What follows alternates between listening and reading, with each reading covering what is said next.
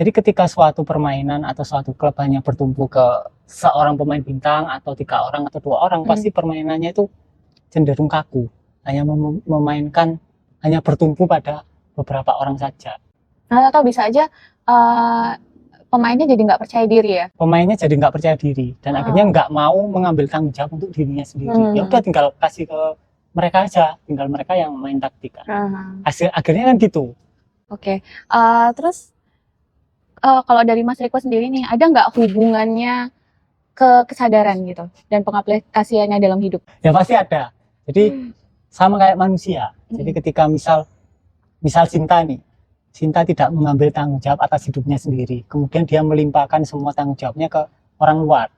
Misal, oh aku miskin ini gara-gara pemerintah, bla bla bla bla. Oh aku miskin gara-gara ibuku dulu miskin, atau aku miskin gara-gara perusahaanku ngasih aku gaji kecil. Nah itu kan melimpahkan tanggung jawab ke pihak luar kan, mengkambing hitamkan pihak luar.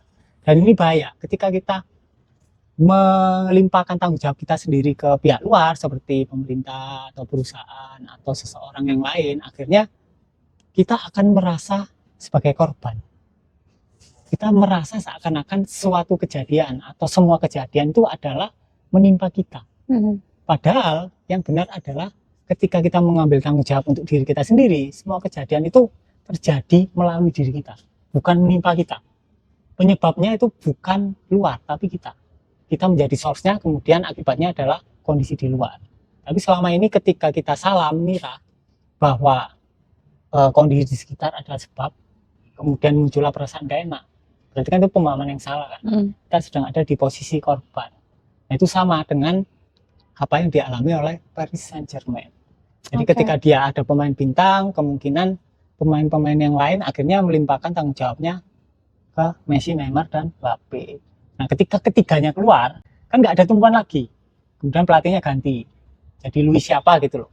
Nah ketika itu mungkin pelatihnya bilang, kalian nggak ada Messi, nggak ada Neymar di sini, ya udah kalian harus mengandalkan diri kalian masing-masing. Kok tahu? Bermain bagus, kemudian bekerja sama dengan bagus. Mungkin, kan aku hanya bilang mungkin, kemungkinan kan. Tapi kalau kita lihat dari cara mainnya, hal itu kemungkinan besar terjadi. Bukan kemungkinan sih, pasti sih. Kan kelihatan kan dari cara mainnya kan. Dia mengandalkan siapa atau dia mengandalkan semua lininya. Jadi semua pemainnya masing-masing mengambil tanggung jawab sendiri-sendiri. Kemudian terbentuklah sebuah tim yang solid.